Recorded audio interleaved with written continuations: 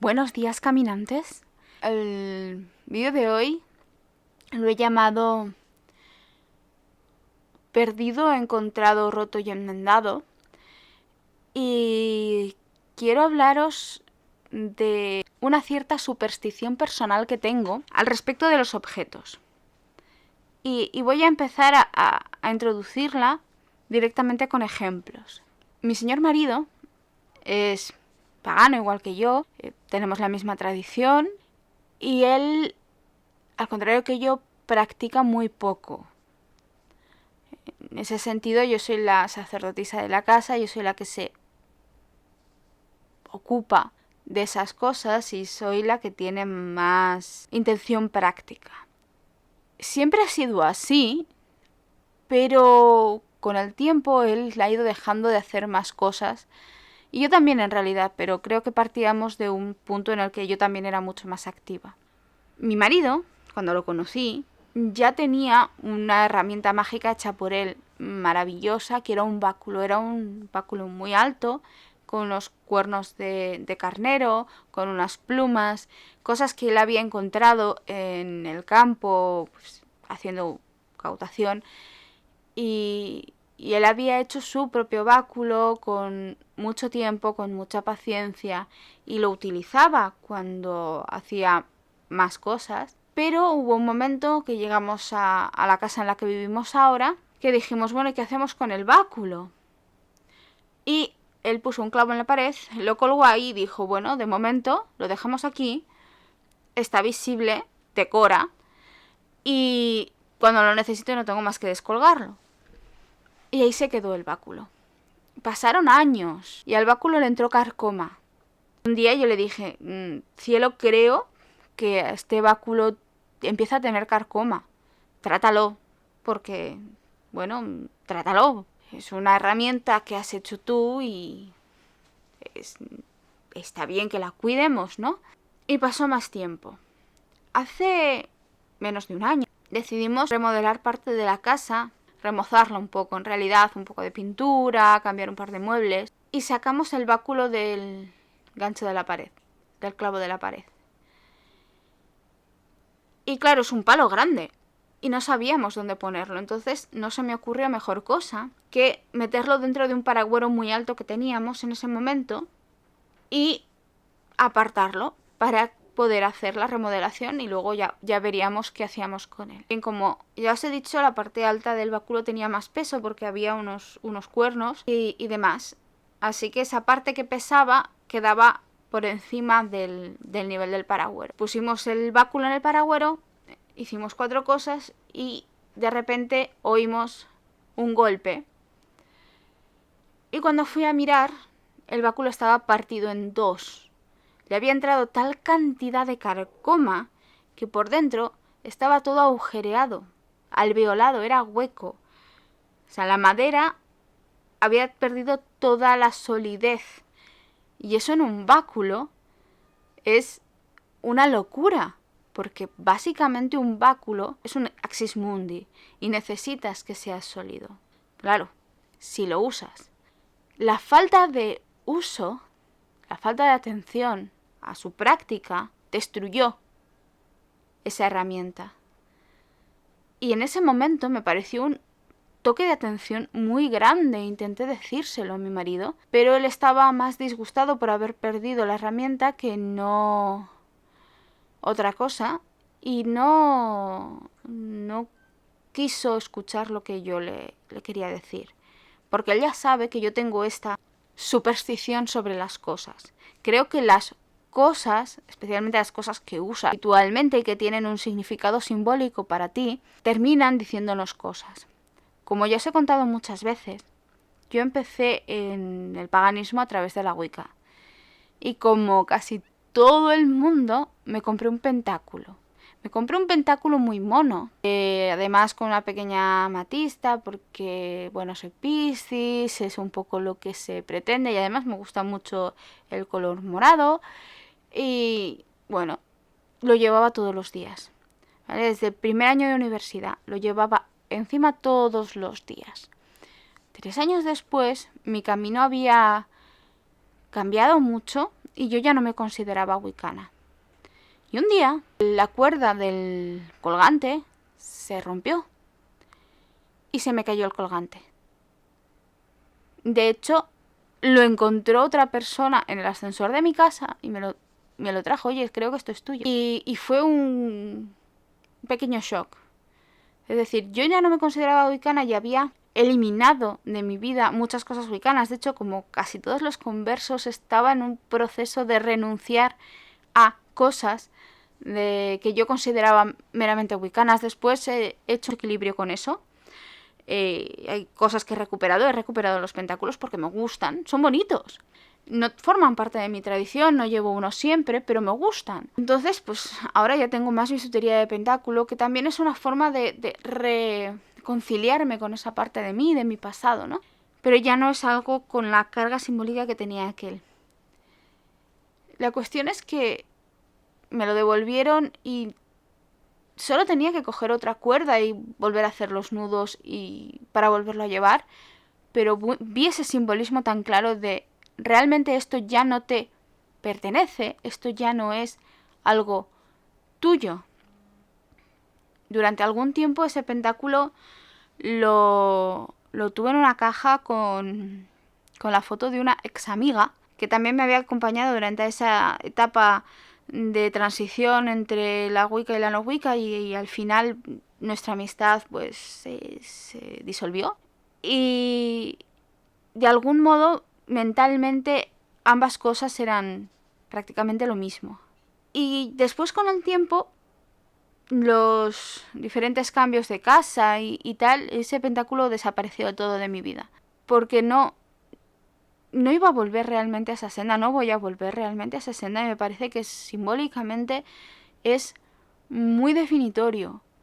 Ese pentáculo que era mi identificación con una forma de trabajo y una forma espiritual y una religión, desapareció del todo porque no necesitaba esa identificación, porque ya no era esa persona.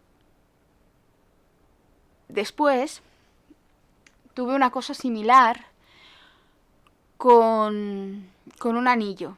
Era un anillo nórdico de lobos. Cuando lo compramos, lo compré con un grupo de amigos, comprábamos varias cosas en una tienda tipo vikingo que venía de Alemania, y bueno, era una cosa un poco complicada, como los portes eran muy grandes, hacíamos la compra entre mucha gente. En ese momento, toda esa gente era un kindred asatru. Y yo y algunas otras personas, incluyendo a mi marido, éramos invitados del kindred, o sea, trabajábamos con el kindred aunque no éramos oficialmente asatruers. El hecho es que yo cogí ese anillo porque me enamoré de él, porque era muy simbólico para mí. Yo me sentía en ese momento muy a gusto con el kindred, con la forma de trabajo. Siempre diré que Asatru me enseñó mucho de cómo ser politeísta, y bueno, me encantaba ese anillo. Además era un anillo regulable. Por alguna razón, tal vez porque era un anillo regulable, en un momento dado se rompió. Se partió en dos. Yo ya no lo podía usar más. Y me supo muy mal. Me supo muy mal. Y no quise reconocer que se había roto porque era su momento de irse de mi vida. En el momento en que se rompió, yo ya no estaba en ese grupo Asatru. Y Asatru me había dado mucho, pero tampoco era mi senda. Y esa identificación ya no era necesaria para mí tampoco. Entonces, no quise reconocerlo. Y lo siguiente que hice fue volver a la tienda, juntar cosas que queríamos con amigos y hacer otro pedido. Y pedir otra vez ese anillo, porque me gustaba mucho. ¿Qué demonios? Yo quería ese anillo. Bien, cuando llegó ese anillo, no era de mi talla, ¿vale? Que fuera un anillo regulable, pero es que era una talla súper pequeñita. Y yo soy una persona de hechuras anchas, por decirlo de alguna manera, y no era razonable.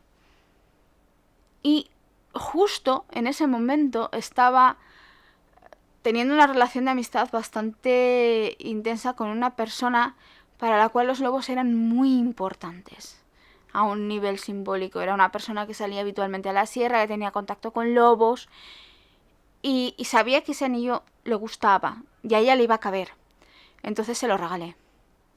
sea, fue el momento de decir, está bien, lo he intentado no coger el significado y echarle la culpa que es un anillo regulable y que yo soy muy tonta y me paso el día abriendo y cerrando el puñetero anillito, pero esto era algo que tenía que ocurrir y significa algo más allá de que es la fatiga del material existe, porque no he sido capaz de recuperarlo. Vamos a dejar de ser obtusos y vamos a tomar conciencia de que en este momento esa identificación con la senda Satru que tenías a través de este anillo ya no es para ti.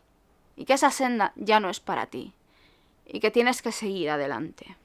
En la vida he perdido cosas así. La más impactante, mind-blown para mí, fue el día que perdí mi tiara. Cuando era wicana, me sentía wicana, al poco de salir con mi marido, él me regaló una tiara de plata. La había diseñado él. Era una cosa única. La mandó a hacer directamente a una joyería. Y era preciosa. Pero claro, tanto desde su punto como desde el mío, era una cosa muy específica. Él me estaba dando unas virtudes de sacerdocio. Primero, que yo no tenía todavía, pero segundo, que posteriormente ya no quería. Pero era una pieza única y preciosa. Y un día la perdí. Sé que fue a casa de mis suegros, hicimos fotos con ella, aunque yo no la usaba mucho y la tenía guardada. Y después de eso, ya está. Nunca más se supo. Y es también una señal muy fuerte de que algo no tenía que seguir siendo así. Y en este caso no es ya solo que mi camino no estuviese centrado en el sacerdocio tal y como lo ve la Wicca ecléctica o otras ramas. Ya os he dicho algunas veces que yo me considero sacerdotisa en el sentido de que soy sacerdos, la persona que se cuida de las cosas sagradas de mi casa y de mi tradición, pero no en el sentido de ser una guía o un líder sirviente, que es lo que en principio tiene que ser un sacerdote. O sea, tiene un puesto de liderazgo hacia la comunidad, pero también una enorme cantidad de servicio. A mí me gusta el servicio, pero no me gusta mucho el liderazgo. El perder esa tiara, para mí, implicó, además de que me fue fatal, porque era algo que significaba mucho en muchos niveles, y el esfuerzo y el hecho del diseño y todo lo demás, para mí significó que yo no era la persona adecuada para plantarme delante de una comunidad y liderarla. Que yo era una persona que no estaba aquí para hacer eso. Y sinceramente a estas alturas no tengo ni puñetera idea de para qué estoy aquí, pero sé que mi camino no es el del líder sirviente, del sacerdote de una gran comunidad. En todo caso, sería guía de una comunidad muy muy pequeña o simplemente parte del engranaje de una comunidad muy pequeña. Y en ese sentido soy más bruja que sacerdotisa.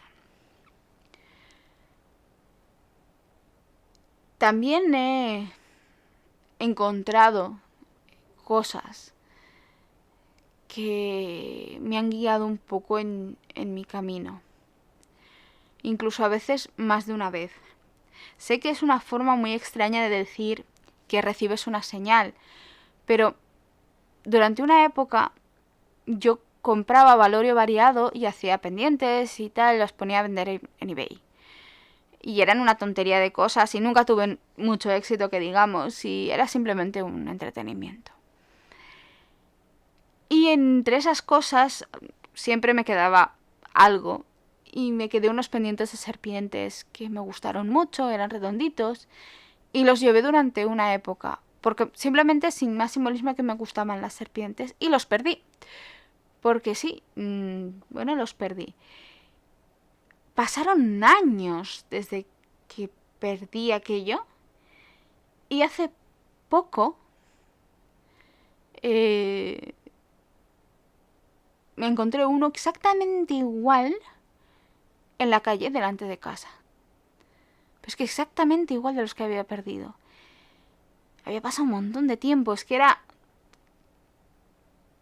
racionalmente imposible que fuera uno de los míos o que no había una correlación.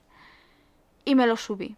Porque me lo tomé como una señal también de en este caso de trabajar con las serpientes y con las diosas serpiente, porque era una cosa que hacía tiempo que no había hecho y que también es complicado en la zona en la que vivo que se me presente una serpiente directamente. Vivo en una zona urbana y hay muchos gatos y no hay muchos sitios por los que una pobre serpiente pueda pasar. Así que me lo tomé como eso y no ha ido a más. Sin embargo, me pasó algo relativamente parecido con la efigie de Ishtar. Y yo estaba un día, a veces compro cosas por Wish y muchas veces Wish funciona como una escopeta de feria y a veces las cosas llegan y a veces no. Entonces hace como un año que vengo arrastrando cosas que pido en Wish que no me llegan, reclamo, entonces me dan crédito Wish y pues vuelvo a comprar otras cosas de las cuales una parte me llega y otra no, y entonces vuelvo a reclamar y siempre tengo algo de crédito en la aplicación. Pues, y de vez en cuando pues voy a ver en qué puedo invertir ese crédito, porque bueno, pues a veces pues hay bisutería que me interesa o lo que sea. La cosa es que estaba mirando Wish por mirar, sin buscar nada en concreto, y me saltó una serie de pendientes y colgantes de Ishtar. No las había visto nunca antes en la aplicación y mi reacción inmediata fue, ahora no. Al día siguiente entré en la aplicación, lo busqué y ya no estaba. Y tuvieron que pasar meses hasta que volvió a estar y yo pude acceder a ellos. De hecho, los compré. Y fue como una señal de, hola, no te olvides de que por aquí también estamos y existimos. Y de hecho no solo fue Ishtar, es que fue Ishtar primero y después la figura de la diosa de las serpientes. Eso fue más o menos en la misma época del pendiente de serpiente en la calle. Entonces auné todo y hice con ello una señal. Soy consciente de que como señales son como muy estúpidas, pero mantenerse un poco atento a esos detalles, siempre y cuando no hagan que tu vida se trastoque por completo. Claro está, está bien. ¿Por qué digo lo de trastocarse la vida por completo? Porque a veces tú las señales no las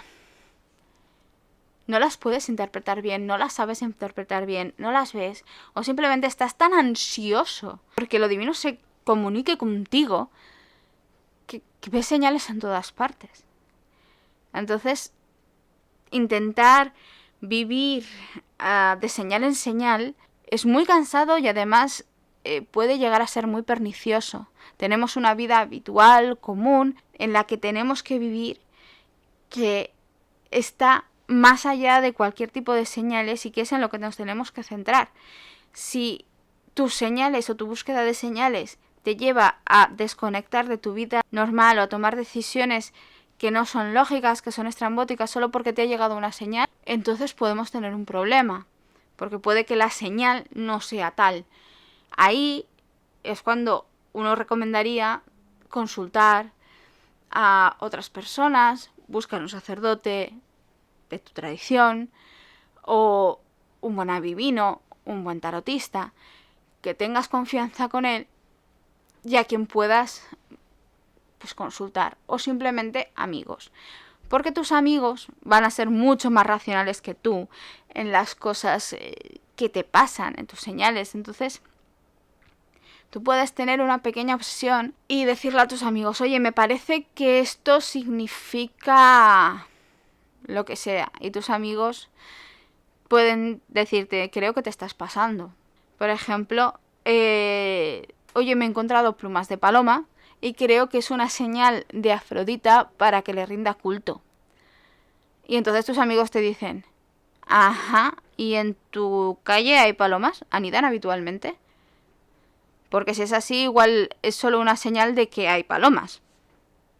O sea, seamos razonables. Normalmente, y tal y como yo lo he vivido, si algo es una señal, se va a repetir. Si tú pasas de una señal el universo una vez, se repetirá. Y si pasas dos, también. Así que repetir una señal, la repetición puede ser un indicativo de que sí hay un mensaje ulterior. Y luego, pues todas las maneras que una persona que se dedica a algo espiritual tiene de contactar con lo divino y preguntar. Puedes tener guías, puedes usar el tarot, puedes usar un oráculo, puedes hablar con tus amigos, con tus sacerdotes, con quien sea. Puedes meditar, puedes hablar con tu yo superior o acceder a cualquier fuente de conocimiento que tú tengas a mano.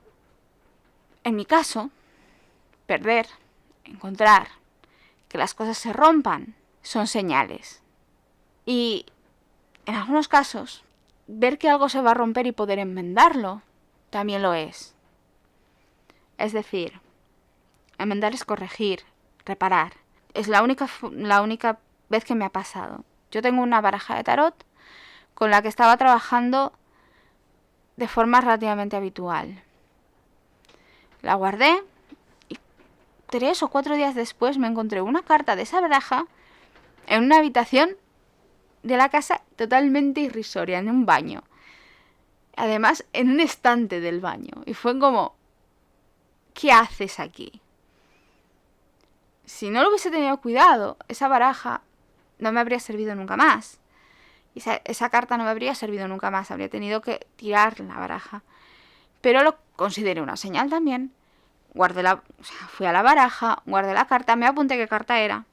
Y estuve meditando al respecto de qué me quería decir.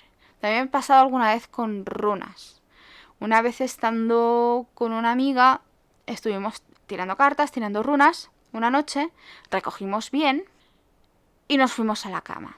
Fue una noche muy movida, con muchos sueños. En la mañana siguiente me levanté y la runa Ewaz estaba debajo de mí. No había razón alguna para que estuviera allí, pero allí estaba. Si no nos hubiéramos dado cuenta, habríamos recogido esa cama, habríamos recogido las sábanas, habría ido a la lavadora y adiós juego de runas. Te habría faltado una. Pero, bueno, en este caso, pues también fue la capacidad de enmendar ese error.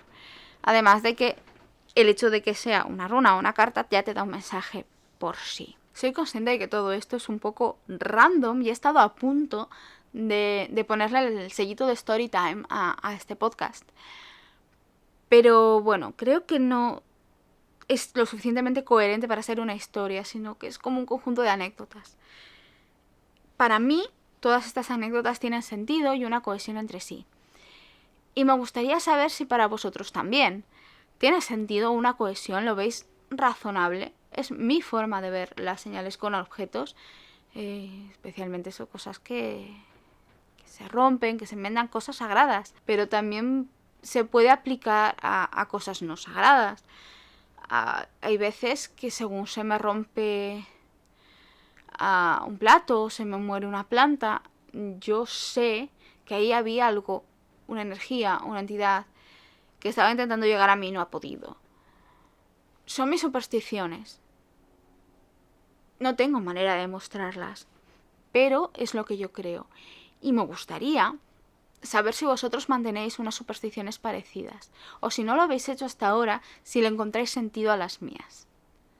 Si tenéis alguna historia un poquito como esto, me encantaría que me la contaseis, porque la verdad no es algo de lo que suelo hablar y me siento un poco sola a este respecto. Yo sé que en esto no tengo el apoyo de mi marido, por ejemplo, y sé que mi familia seguramente me miraría muy raro si lo oyera, porque no es un pensamiento racional per se. Como ya digo, yo lo llamo mi superstición porque es la única palabra que se me ha ocurrido para para hablar de ello. Eso es todo por esta semana. Soy consciente que era un tema rarito. Nos vemos la semana que viene con alguna cosa un poquito más tradicional y esperable.